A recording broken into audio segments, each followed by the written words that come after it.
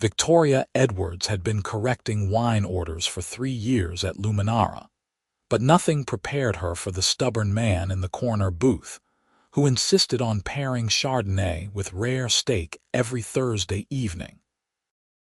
The restaurant hummed with its usual elegant energy, crystal chandeliers casting warm light across white tablecloths, while the scent of rosemary and truffle oil wafted from the kitchen. Victoria moved between tables with practiced grace, her blonde hair pulled into a sleek ponytail, her white button-down and black slacks the uniform of every sommelier at Manhattan's most prestigious steakhouse. She loved this job, loved the way wine could transform a meal from ordinary to extraordinary, loved watching people's faces light up when they discovered a perfect pairing they never would have chosen themselves. But this man, this impossible, gorgeous, infuriating man. "Your usual, Mr. Crawford?" she asked, approaching his table with her tablet already pulled up to his order history. Zachary Crawford looked up from his phone, and Victoria felt that same jolt she experienced every week when those dark eyes met hers. He was probably in his early 30s, just a few years older than her own 27.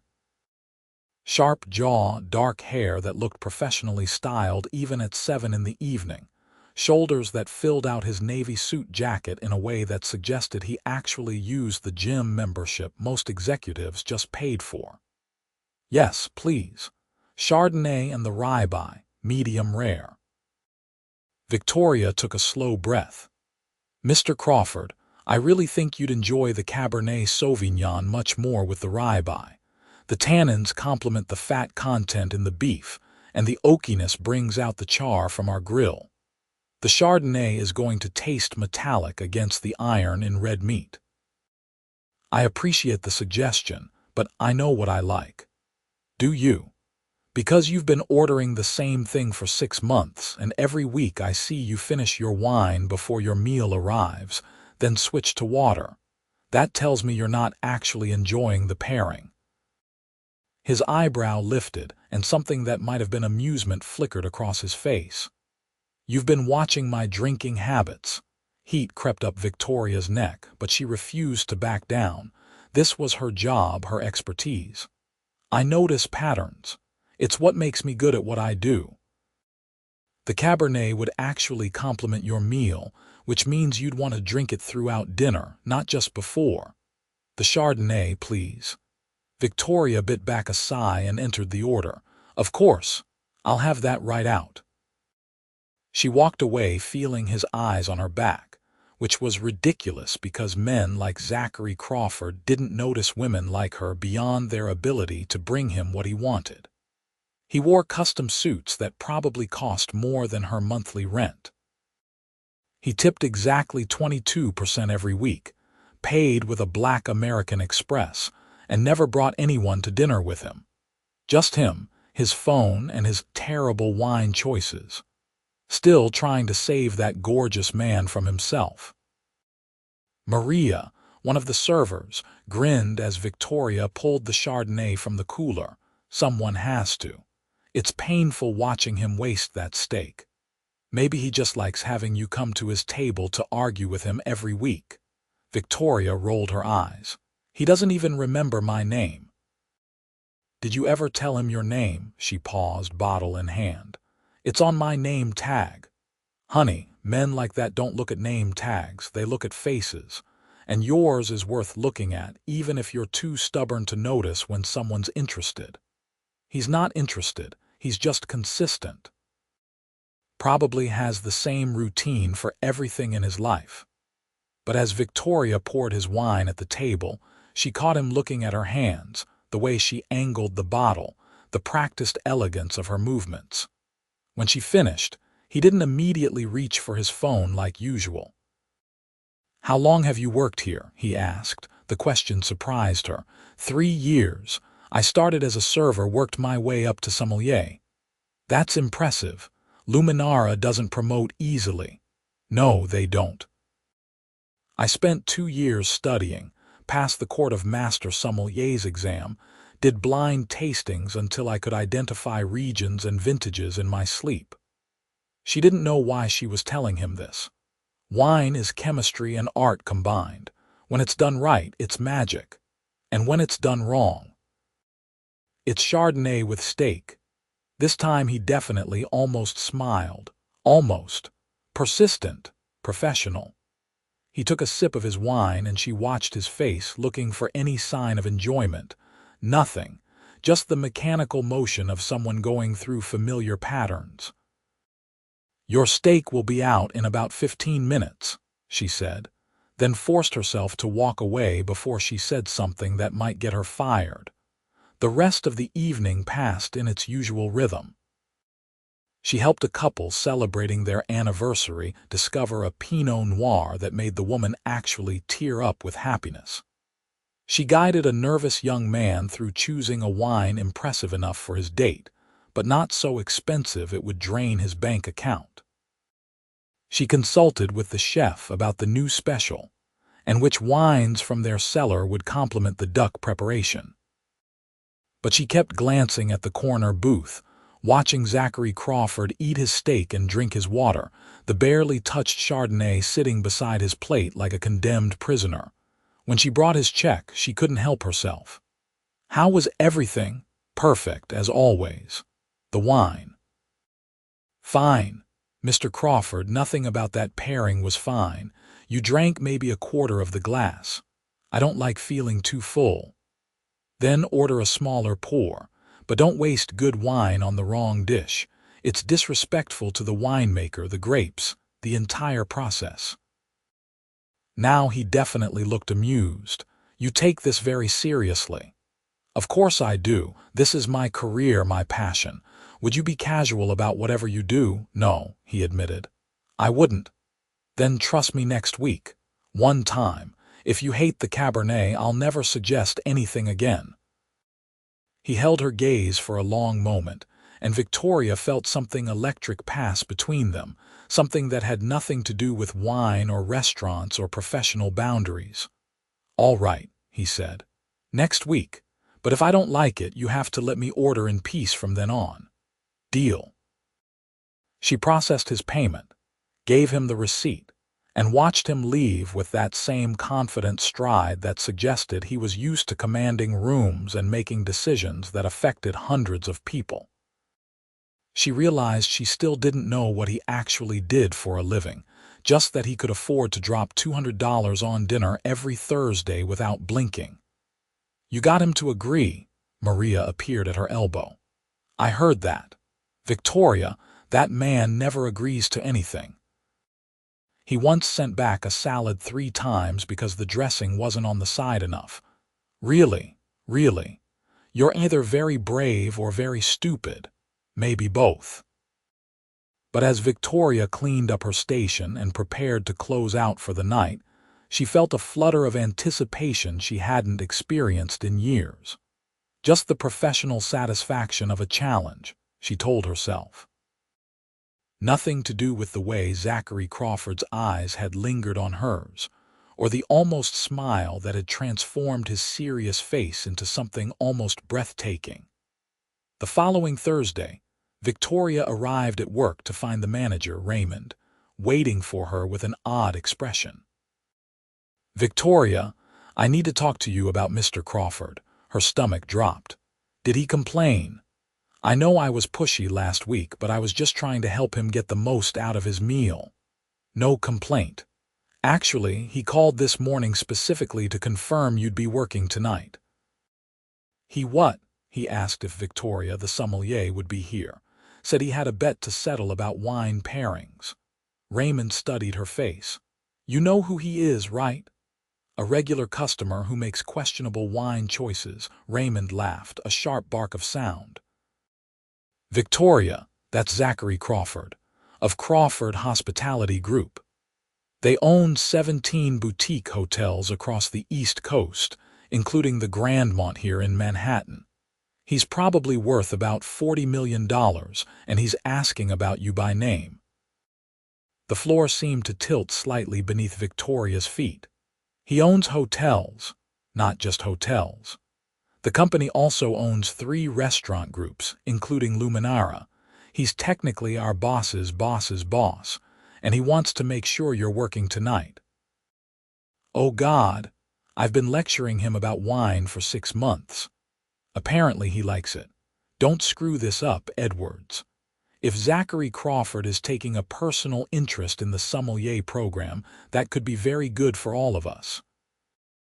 Victoria spent the afternoon in a mild panic, double-checking her knowledge of every wine in their cellar, making sure her uniform was pristine, trying not to think about the fact that she'd been borderline rude to a man who could probably buy and sell the restaurant a dozen times over. When 7 o'clock arrived, she stationed herself where she could see the entrance, her heart hammering against her ribs. Zachary walked in at 7:15, same as always, but tonight she saw him differently. The way other diners glanced at him with recognition. The way the hostess straightened up, suddenly more alert, the quiet authority in his stride. He caught her eye across the restaurant, and this time she was sure he smiled. Victoria forced herself to wait until he was settled before approaching the table. Professional. She could do professional. Good evening, Mr. Crawford. Ready to settle our bet? More ready than I've been for a board meeting in months. Hit me with your best pairing. She pulled out her tablet, fingers only slightly unsteady. All right. Since you're committed to the rye-by, I'm recommending the 2019 Camus Cabernet Sauvignon. It's full-bodied with notes of dark cherry and espresso, structured tannins that will cut through the richness of the beef. I'm also suggesting we modify your steak preparation slightly. Add a red wine reduction sauce on the side so you can taste how the wine elevates both the meat and the sauce. You've been planning this. I've been planning this since the first time I watched you order Chardonnay with red meat and died a little inside. He laughed, a real laugh that changed his entire face, made him look younger and infinitely more approachable. You really do take this seriously. I warned you. You did. All right, I'm in your hands. Surprise me. Victoria put in the order, her hands steady now, confidence returning. This was her element, her expertise. It didn't matter if he owned the building or had millions in the bank. When it came to wine, she knew what she was talking about. She brought the Cabernet herself, poured a small taste for him to approve. Zachary swirled it, inhaled, and she watched his expression shift from polite interest to genuine appreciation. That's incredible. I can smell the oak, something almost like vanilla. From the barrel aging, taste it. He did, and Victoria felt Victoria's satisfaction as his eyes widened slightly. Wow, that's completely different from what I usually drink. Because Chardonnay is bright and crisp, meant for lighter dishes. This has depth, complexity. It's bold enough to stand up to the beef without overwhelming it. I apologize for doubting you. Apology accepted. But let's see if you still feel that way after the food arrives. She had the kitchen plate his rye-by with the precision of a work of art. The red wine reduction in a small silver boat on the side, asparagus and roasted potatoes completing the composition. When she set it before him, she poured a full glass of the Cabernet and stepped back. Enjoy your meal, Mr. Crawford.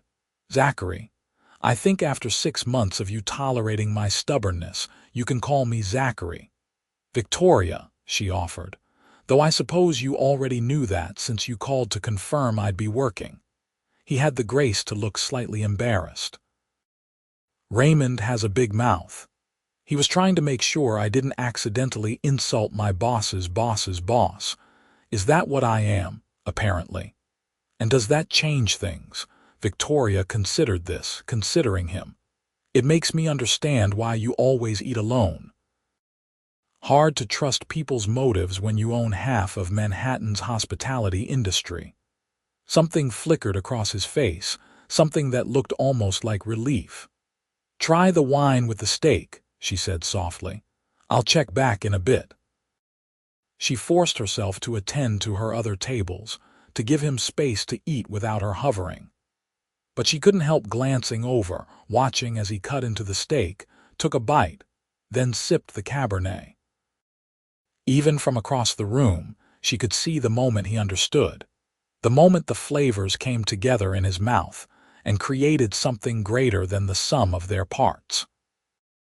When she finally returned to his table, his plate was nearly empty, the wine glass drained except for a small amount in the bottom. "Well," she asked, unable to keep the triumph entirely out of her voice. "I've been eating here every Thursday for 2 years," Zachary said slowly. "And I've never enjoyed a meal as much as I just enjoyed this one. You were absolutely right. Thank you. No, thank you for being persistent, for caring enough about your craft to argue with a customer who was too stubborn to listen." He paused. "Can I ask you something?" "Of course." "Why Thursday nights? You must have noticed I come every week at the same time. Did you ever wonder why? I assumed you had a standing meeting nearby or a routine you like to keep. I have a board meeting that runs until 6:30 every Thursday. Crawford Hospitality Group headquarters is 3 blocks from here. I started coming to Luminara because it was convenient and the food was excellent." He met her eyes. "I kept coming back because of you." Victoria's heart stuttered. "Me?" "The first time I came in, you suggested a wine pairing I ignored. You looked genuinely disappointed when I ordered something else. The next week, you tried again. You were the first person in years who treated me like a regular customer instead of someone to impress or manipulate. You argued with me because you actually cared about wine, not because you were trying to get something from me. I didn't know who you were, exactly." He smiled. "Do you work other nights?" "I work Tuesday through Saturday." "What about Sunday? Are you free Sunday?" "I usually spend Sundays recovering from the week and pretending I'm going to cook actual meals instead of eating takeout. Have dinner with me. Somewhere that's not here, where we're not employee and owner. Let me take you somewhere where you can order the wine, and I promise to actually listen to your suggestions." Victoria should have said no. Should have maintained professional boundaries. Should have remembered that this man owned the company that employed her. Should have been cautious about dating someone whose bank account probably had more zeros than her phone number. But she looked at Zachary Crawford, really looked at him, and saw past the expensive suit and the quiet authority. She saw someone who ate alone every week, who kept coming back to a restaurant because the sommelier bothered to argue with him, who looked at her like she was the most interesting person in the room. "Yes," she said, "Sunday works." His smile could have lit the entire restaurant. "I'll pick you up at 7. Text me your address." He handed her a business card with his personal cell number written on the back. "And Victoria, wear whatever makes you comfortable. This isn't business. This is me wanting to spend time with you." After he left, Maria practically tackled her. "Did that just happen? Did Zachary Crawford just ask you out?" "I think so. I'm not entirely sure. Maybe I'm hallucinating from wine fumes." "You're not hallucinating. You just landed a date with one of New York's most eligible bachelors. Do you know how many society women have tried to get his attention?" "Please stop talking. I'm going to panic." But Victoria wasn't panicking, not really. She was terrified and excited and completely uncertain about what she was getting herself into, but underneath it all was a current of pure happiness. Because Zachary hadn't asked her out as a conquest or a trophy. He'd asked her out because she'd been herself, because she'd cared more about getting the wine pairing right than about impressing him. Sunday arrived with the kind of crisp autumn weather that made New York feel magical. Victoria changed outfits 4 times before settling on a navy dress that was elegant without being too formal, paired with heels that added a few inches to her 5'6" frame. She'd left her hair down in loose waves, applied makeup that enhanced rather than transformed, and tried to calm the butterflies staging a riot in her stomach. At exactly 7, her phone buzzed with a text. "Downstairs whenever you're ready. No rush." She took a breath, grabbed her purse, and headed down to find Zachary leaning against a black car that was nice but not ostentatiously so. He wore dark jeans and a charcoal sweater that somehow made him look even better than the suits did, more relaxed and approachable. "You look beautiful," he said simply. "You look different without the suit. Good different or bad different, definitely good." He opened the car door for her, a gesture that should have felt old-fashioned but instead felt thoughtful. As they pulled into traffic, Victoria realized she was nervous in a way that had nothing to do with his money or status and everything to do with the fact that she genuinely liked him. "Where are we going?" she asked. "A place in Brooklyn. Small Italian restaurant, family-owned, incredible wine list. I figured you'd appreciate somewhere that takes wine as seriously as you do. You did research. I wanted to impress you. Is it working? Maybe a little." Trattoria Marcello was tucked into a Brooklyn neighborhood that still felt like a village, all brownstones and tree-lined streets. The restaurant was tiny, maybe 10 tables, with exposed brick walls and the kind of comfortable warmth that came from generations of family recipes and love. An older woman greeted Zachary with a kiss on both cheeks. "Zach, too long since you've visited, and you brought someone special, I can see it in your face. Maria, this is Victoria, she's a sommelier at Luminara. A wine expert. Finally, someone who can appreciate my husband's cellar. Come, come. I have the perfect table." They were seated in a corner that felt private despite the restaurant's small size, and Maria handed them menus with a knowing smile. "The osso buco is exceptional tonight. I'll bring you something to start." When she disappeared, Victoria looked at Zachary with raised eyebrows. "You're a regular here too. My grandmother lived 3 blocks away. I used to come here with her every Sunday when I was a kid. After she passed, I kept coming. It feels like family." There was something vulnerable in the admission, a glimpse past the CEO exterior to the person underneath. "That's really sweet. What about you? Where did you grow up?" "Connecticut, small town outside Hartford. My dad was a high school teacher, mom was a nurse. Very normal, very middle class. I came to New York for college and never left." "What made you fall in love with wine?" Victoria smiled, remembering. "I took a job at a wine shop to pay for my apartment junior year. The owner was this older French woman who treated wine like religion. She'd make me taste everything, learn the regions, understand the chemistry. I got obsessed with the idea that you could taste a place, taste sunshine and soil and the passion of the person who made it. It felt like magic." "It is magic," Zachary said. "The way you describe it, anyway." Maria returned with a bottle of wine, unlabeled and dusty. "From our private reserve. My husband says to tell the sommelier that this is Sangiovese from his cousin's vineyard in Tuscany, not sold commercially." Victoria's eyes widened as she examined the bottle, inhaled the aroma when Maria poured. The first sip was extraordinary, earthy and complex with notes of cherry and leather. "This is incredible. Please tell your husband this is one of the best wines I've ever tasted. You tell him yourself. He'll be out to meet you soon, I'm sure." As the evening unfolded, Victoria felt herself relaxing in a way she hadn't expected. Zachary was easy to talk to, genuinely interested in her stories about difficult customers and wine disasters. He told her about building his family's small hotel business into an empire, the stress of managing hundreds of employees, the loneliness of always being the person in charge. "That's why Thursday nights became sacred," he admitted over the osso buco, which was indeed exceptional. "One night a week where I could just be a customer, Just eat dinner and not have to make decisions or manage crises. Then you showed up and started challenging me on wine. I should probably apologize for that. Don't you dare. You made those dinners interesting. I started looking forward to Thursday not just as an escape but as a challenge. What would Victoria suggest this week?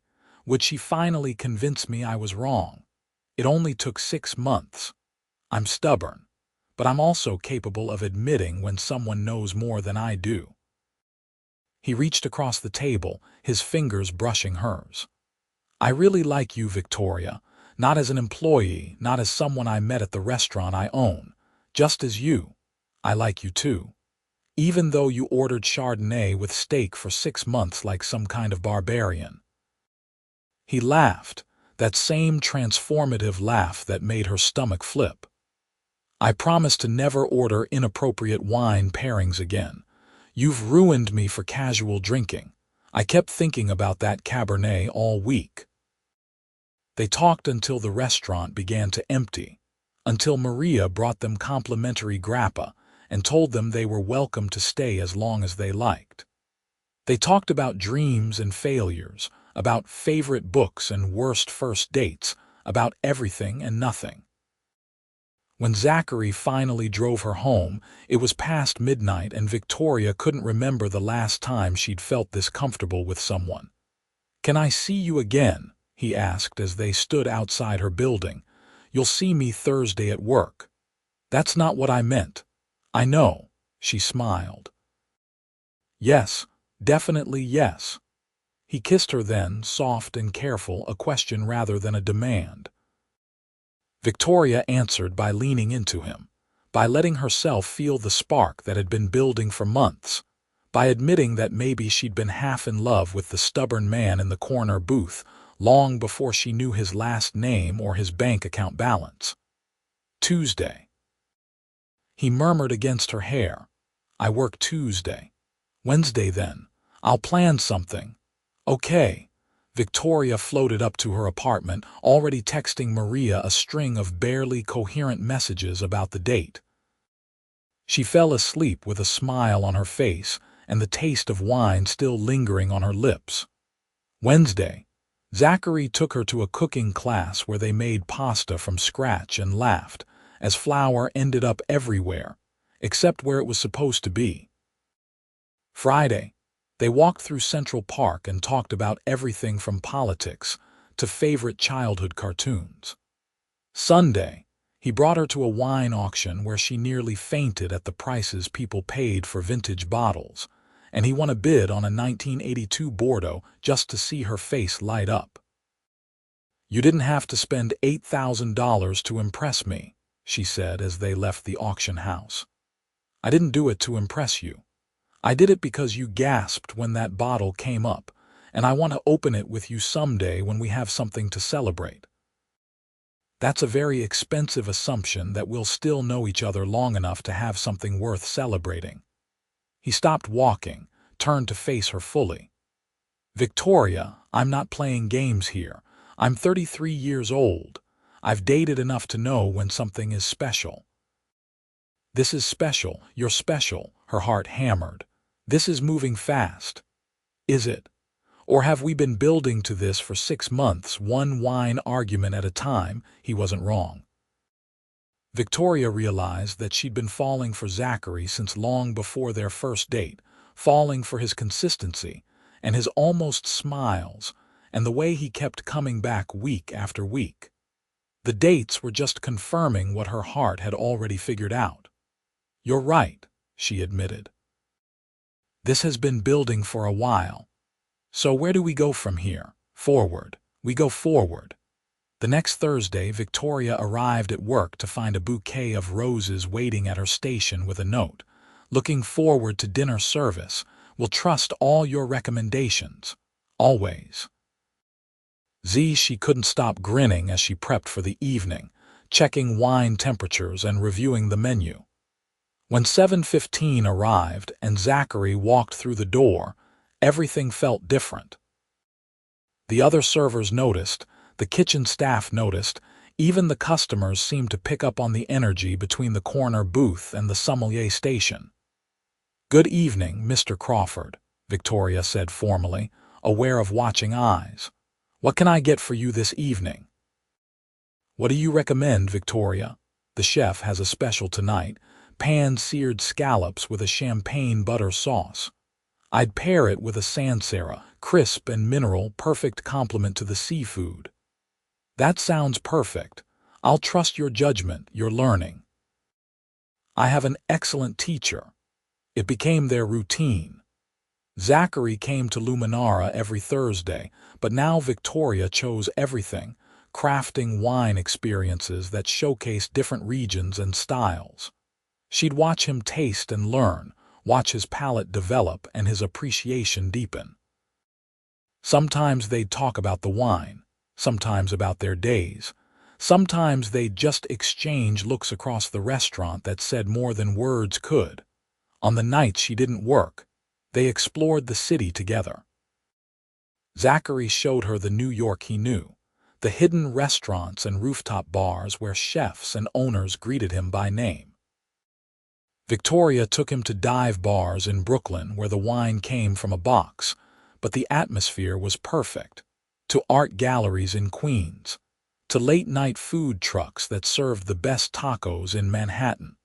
3 months into dating, Zachary invited her to a gala for the hospitality industry. "It's going to be formal and probably boring, but it would mean a lot if you'd come with me. As my girlfriend, officially." Victoria's stomach fluttered at the word girlfriend. "You want to go public?" "I'm not ashamed of you, Victoria. The opposite. I want everyone to know that I'm with someone brilliant and passionate and beautiful. But I also know this puts you in a difficult position at work. People will talk. Let them talk. I'm not going to hide how I feel about you because some people might have opinions." The gala was held at the Grandmont, Zachary's flagship hotel, a stunning Art Deco building that dripped with old New York glamour. Victoria wore a midnight blue gown that Zachary had insisted on buying for her, though she'd fought him on it, until he pointed out that he'd be wearing a custom tuxedo and didn't want her to feel underdressed. Walking into that ballroom on Zachary Crawford's arm, Victoria felt like she'd stepped into a different world. Everyone knew him, everyone wanted his attention, but he kept his hand on the small of her back and introduced her with unmistakable pride. "This is Victoria Edwards. She's the sommelier at Luminara and the person who finally convinced me that Chardonnay doesn't go with everything." People laughed, asked her questions about wine, treated her with respect that she gradually realized had nothing to do with Zachary's presence and everything to do with her own expertise.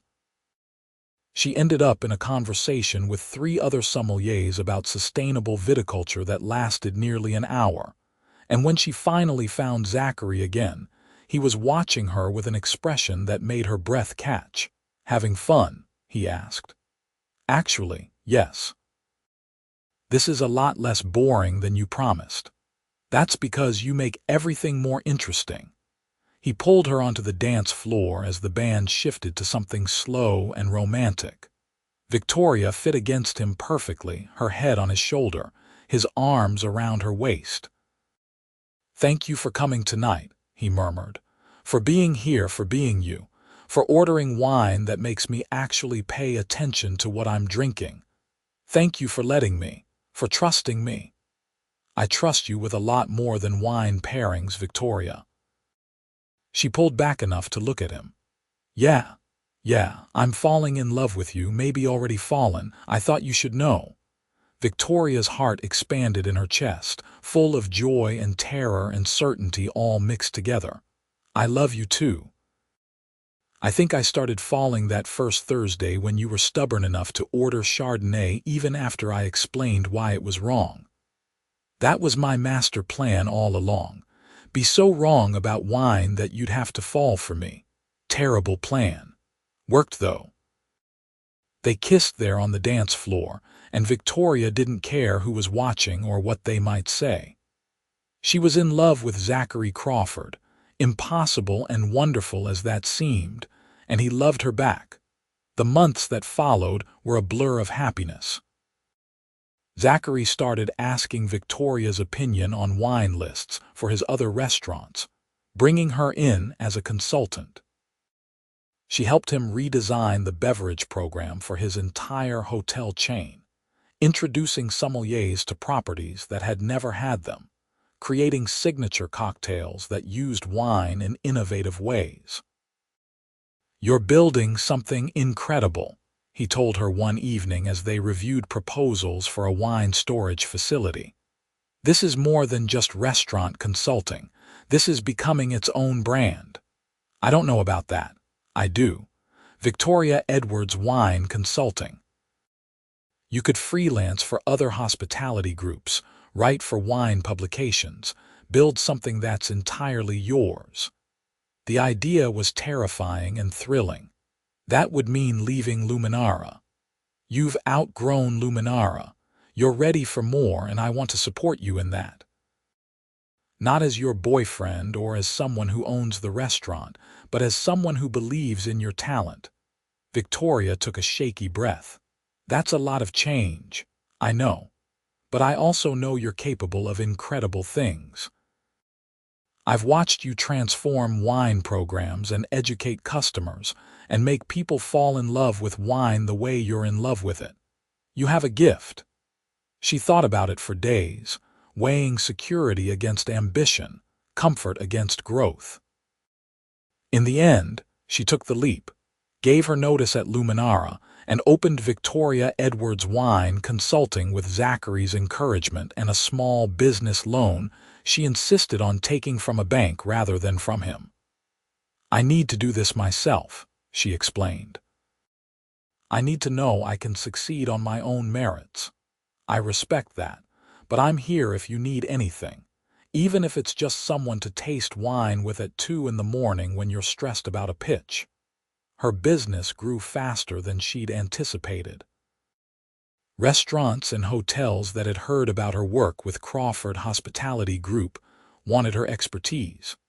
She wrote articles for wine magazines, taught classes on pairing, became known as someone who could make wine accessible without dumbing it down. Through it all, Zachary was her biggest supporter and her favorite taste tester. Thursday nights remained sacred, but now instead of meeting at Luminara, they'd cook together in his apartment or hers, trying new recipes and experimenting with wines from Victoria's growing collection. One Thursday, about 18 months after their first date, Zachary suggested they open the 1982 Bordeaux he'd won at auction. "What are we celebrating?" Victoria asked. "Nothing yet, but I'm hoping we will be soon." He pulled out a small velvet box and Victoria's heart stopped. "Victoria Edwards, you walked into my life disguised as a wine snob who wouldn't let me order Chardonnay with steak. You challenged me. You saw past the money and the title to the person underneath. You made me want to be better, to pay attention, to actually taste the life I was living instead of just going through the motions." He opened the box to reveal a stunning emerald-cut diamond that caught the light and threw rainbows across the room. "Will you marry me? Will you spend the rest of your life correcting my wine orders and being the most brilliant, passionate, beautiful person I know?" "Yes." The word came out choked with tears and laughter. "Yes, absolutely yes." He slid the ring onto her finger and it fit perfectly, just like everything else between them. They opened the Bordeaux, and it was every bit as magnificent as Victoria had imagined, complex and layered and worth every penny of what Zachary had paid. "To us," he toasted. "To stubborn men and persistent women and the perfect pairing. To love," Victoria added, "and to never settling for the wrong wine." They married 6 months later in a small ceremony at Trattoria Marcello, surrounded by close friends and family. Maria and her husband catered, serving dishes paired with wines Victoria had chosen with meticulous care. Zachary's vows made her cry, talking about how she taught him to slow down and appreciate the subtle notes of life, not just gulp down experiences without tasting them. Victoria's vows were about trust and partnership, about finding someone who supported her dreams while building his own, about love that complemented rather than competed. "You're like a perfect wine pairing," she told him through happy tears. "You make everything better, richer, more complete. I can't wait to spend forever discovering new notes and layers with you." They honeymooned in Tuscany, visiting the vineyards where some of their favorite wines originated. Victoria tasted and learned while Zachary took photos and asked questions, and they both fell even more in love with wine and each other. When they returned to New York, Zachary surprised her by announcing he was stepping back from day-to-day operations at Crawford Hospitality Group to focus on developing a new boutique wine hotel concept. "I want to build something that celebrates wine the way you do," he explained. Small, luxury hotels in wine regions, each one partnering with local vineyards and winemakers. Educational but not pretentious, beautiful but approachable. "I want you to design the wine programs to make each property a destination for people who love wine the way we do. This is a partnership. Crawford Edwards Wine Hotels, if you'll have me as your business partner as well as your husband." Victoria thought about the girl who'd taken a job in a wine shop to pay rent, who'd been so passionate about proper pairings that she'd argued with a CEO every week for 6 months. She thought about how far she'd come and how much farther she wanted to go. "Yes," she said. "Let's build something beautiful together." They opened their first wine hotel 2 years later in Napa Valley, a stunning 20-room property that became an instant success. Every room had a carefully curated wine refrigerator. The restaurant featured Victoria's wine pairings with each course. They hosted classes and tastings and vineyard tours. More properties followed. One in Willamette Valley, another in Finger Lakes, a fourth in Bordeaux that required them to split time between New York and France. Victoria thrived in the creative challenge, designing unique experiences for each location while Zachary handled the business side with the same precision he'd brought to his family company. On Thursday evenings, no matter where they were in the world, they'd have dinner together. Sometimes at their own restaurants, sometimes at hidden gems they discovered, always with wine that Victoria chose and Zachary trusted her to get right. "Remember when you used to order Chardonnay with steak?" she teased him one Thursday, 5 years into their marriage. "I have no idea what you're talking about. I've always had excellent taste in wine." "Liar." "Okay, fine. I had terrible taste in wine and excellent taste in sommeliers who were too stubborn to let me stay wrong. Best decision you ever made? Not even close. The best decision I ever made was listening to you that first time, trusting you enough to try something different. The wine was great, but the girl who suggested it was even better." Victoria raised her glass, a beautiful Barolo they discovered on their last trip to Piedmont. "To terrible wine choices that led to perfect pairings. To love that improves with age," Zachary added. They clinked glasses, and Victoria thought about how different her life might have been if she'd given up on the stubborn man in the corner booth. If she'd let him keep ordering the wrong wine, keep going through the motions, keep eating alone every Thursday. Instead, she'd been persistent. She'd cared enough to challenge him, to teach him, to see potential where others just saw a regular customer with deep pockets. And he'd been open enough to listen, to change, to fall in love with both wine and the woman who introduced him to it. 2 years later, Victoria stood in the kitchen of their New York apartment, cooking dinner while Zachary set the table. She was 7 months pregnant with their daughter, moving carefully as her belly bumped into counters and cabinet doors. "What are we drinking tonight?" Zachary asked, pulling wine glasses from the cabinet. Sparkling cider for me, but I opened a Chateauneuf du Pape for you. It should pair perfectly with the lamb. You're not going to make me drink alone, are you? I'll have a tiny taste. Doctor said one sip won't hurt, and I've been thinking about this wine all week. He wrapped his arms around her from behind, his hands resting on her belly. I can't wait to teach her about wine. She's going to have the most educated palate of any 5-year-old in Manhattan. We're not giving our kindergartner wine. Grape juice then. But we'll teach her the vocabulary, the appreciation. She'll grow up knowing the difference between good pairings and disasters. Like Chardonnay with steak. I'm never going to live that down, am I? Never. I'm going to tell that story at her wedding, at every family dinner.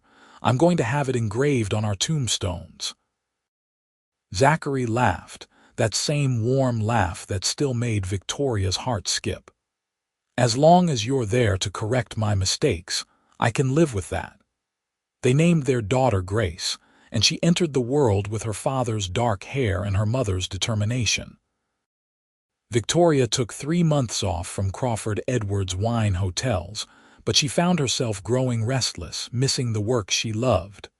Go back, Zachary urged.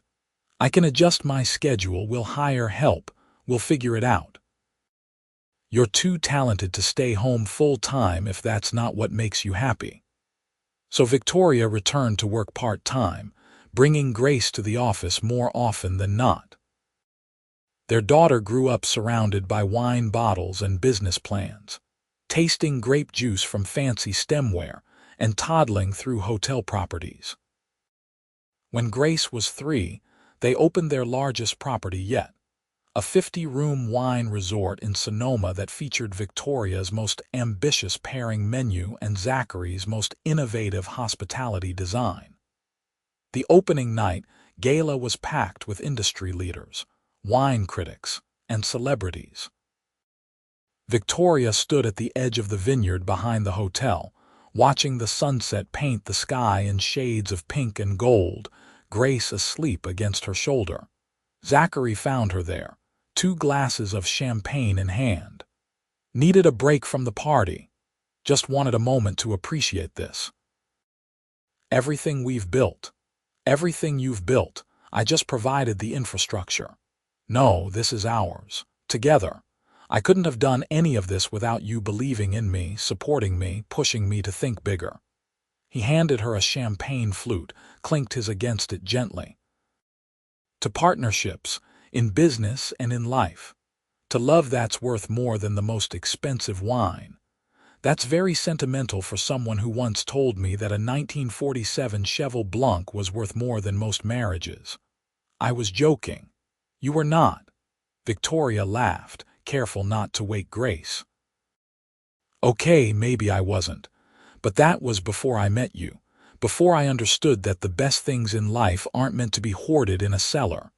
They're meant to be shared with someone you love. Now, who's getting philosophical about wine? I learned from the best. A very stubborn CEO who kept ordering the wrong thing until I fixed him. You did fix me. You fixed everything. They stood there as the sun finished setting and the party continued behind them. Their daughter sleeping peacefully. Their business thriving. Their love deeper and more complex than any wine Victoria had ever tasted. Years passed in a blur of beautiful moments. Grace grew into a curious, passionate child who did indeed inherit her mother's palate and her father's business sense. They had a son, James, 2 years later, adding more chaos and joy to their already full life. Thursday nights remained sacred. Sometimes it was just Victoria and Zachary, stealing away for dinner at a new restaurant. Sometimes it included the kids, teaching them about food and wine pairings with age-appropriate drinks. Always, there was laughter and love and the kind of easy comfort that came from years of choosing each other. On their 10th wedding anniversary, Zachary took Victoria back to Luminara, which had remained one of their favorite restaurants, despite everything they'd built together. Table 12, the hostess said with a smile. Just like old times. They sat in the corner booth where it had all started, where Victoria had spent 6 months correcting wine orders and falling in love without realizing it. "What would you like to order?" Victoria asked, playing along. "I have no idea. There's this amazing sommelier who usually tells me what to drink.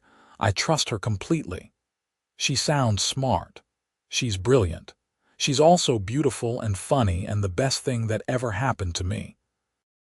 She gave me 2 incredible kids, built an empire with me, and still hasn't gotten tired of my terrible jokes." "Your jokes are pretty terrible," Victoria agreed. "But you love me anyway. I really do. Even when you make puns about wine that make me want to die of embarrassment." "Those are my best material." The sommelier approached their table, a young woman with eager eyes who reminded Victoria of herself a decade ago. "Good evening, Mr. and Mrs. Crawford. It's an honor to serve you tonight." "The honor is ours," Victoria said warmly. "Why don't you surprise us?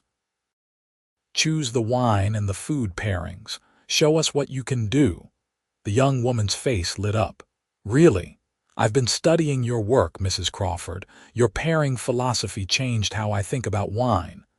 Then I can't wait to see what you've learned. Surprise us." As the sommelier hurried away, Zachary reached across the table and took Victoria's hand. "You're changing the industry, you know, making it more accessible, more passionate, less intimidating." "We're changing it," Victoria corrected. "Every hotel we open, every sommelier we train, every person who discovers they actually love wine when it's paired correctly. That's both of us. I couldn't have done it without you. Wouldn't have wanted to." The sommelier returned with a wine Victoria didn't recognize, some small production Pinot Noir from Oregon. She tasted it and felt tears prick her eyes because it was perfect, exactly what she would have chosen. "This is exceptional," she told the young woman. "Tell me about it." As the sommelier explained the terroir and the winemaker's philosophy, Victoria caught Zachary's eye across the table. He was watching her with the same expression he'd worn at their wedding, at the opening of their first hotel, at the birth of each of their children. Love and pride and partnership all mixed together.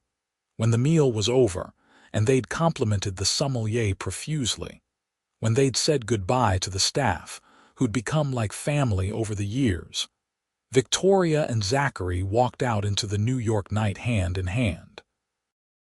"Remember walking out of here after our first date?" Victoria asked. "I kissed you for the first time, nearly panicked that I'd overstepped. Best kiss of my life up to that point. Only up to that point? Well, you've had a decade to practice. You've gotten better." He pulled her close and kissed her right there on the sidewalk, deep and slow and full of promise. When they finally broke apart, Victoria was breathless and grinning. "Okay," she admitted. "Still the best kisses of my life." "I should hope so. I've been taking lessons from a very demanding teacher." "I'm not demanding, I just have high standards." "You do. For wine, for food, for business, for love. It's one of the many things I adore about you." They walked to where their car was parked, comfortable in the silence, in each other's presence, in the life they'd built together. "You ever think about where we'd be if I hadn't corrected your wine order that first time?" Victoria asked. "Every day. I'd probably still be eating alone every Thursday, drinking Chardonnay with steak and wondering why nothing tasted right. And I'd be working at Luminara, wondering why the handsome CEO in the corner booth kept making terrible pairing choices. Fate brought us together. Wine just gave you an excuse to talk to me. I think it was the other way around. You kept ordering the wrong thing, so I'd have to keep coming to your table. That would require me to have known what the right thing was. You give me too much credit." Victoria laughed, leaning into him as they walked. "Maybe, but you figured it out eventually. You learned to trust me. Best lesson I ever learned. Trust Victoria. About wine, about business, about life. You haven't steered me wrong yet. I plan to keep that record intact. They drove home to relieve the babysitter, to check on their sleeping children, to fall into bed exhausted and happy. In the morning, there would be breakfast chaos and business calls and 1,000 little details that made up their life. But Thursday night, the night that had started everything, belonged to them. To wine and love and perfect pairings. To the stubborn CEO who kept ordering Chardonnay and the persistent sommelier who refused to let him stay wrong. To the moment when correction became connection, when professional advice became personal interest, when two people found in each other exactly what they'd been missing. Victoria fell asleep with Zachary's arm around her, thinking about wine and love, and how sometimes the best things in life came from being brave enough to speak up, to challenge someone, to insist they deserved better. She'd corrected Zachary's wine order every week for 6 months. And then she'd spent a decade helping him order everything else in his life, from business decisions to baby names to the perfect anniversary gift. He'd been right that first night when he said she took wine seriously. But what he hadn't known yet, what they'd both discovered together, was that she took love just as seriously. She didn't settle for good enough, not in wine and not in relationships. She pushed for excellence, for perfect pairings, for combinations that elevated both parts into something greater than they could be alone. And with Zachary Crawford, the CEO who'd learned to stop ordering anything without her, she'd found exactly that. The perfect pairing. The right complement. The love that made everything taste better, feel richer, shine brighter. Years later, when Grace asked how her parents fell in love, Victoria would tell her about wine and stubbornness, and the importance of never settling for the wrong pairing. Your father kept ordering Chardonnay with steak, she'd explain, and I couldn't let him keep making that mistake. So you fell in love because of wine, Grace would ask. We fell in love because I cared enough to correct him, and he cared enough to listen. The wine was just the beginning. The real story is about trust and partnership and finding someone who makes you want to be better. That's very romantic, Mom. It is, isn't it? Who knew wine could be so romantic? Zachary would overhear and add, Your mother made everything romantic. She still does. Every Thursday, every anniversary, every ordinary Tuesday. She taught me that life is meant to be savored, not rushed through. Every moment is worth paying attention to. And Victoria would think about that first Thursday, when she'd approached a corner booth determined to fix a wine order and ended up finding her person. The CEO who became her husband, her business partner, her best friend. She'd corrected his wine order every week until he stopped ordering anything without her. And then she'd spent the rest of her life being the person he trusted with everything, from wine selections to business decisions to their children's futures. It was the perfect pairing, aged to perfection, rich and complex, and absolutely worth savoring. Just like the best wines, their love only improved with time,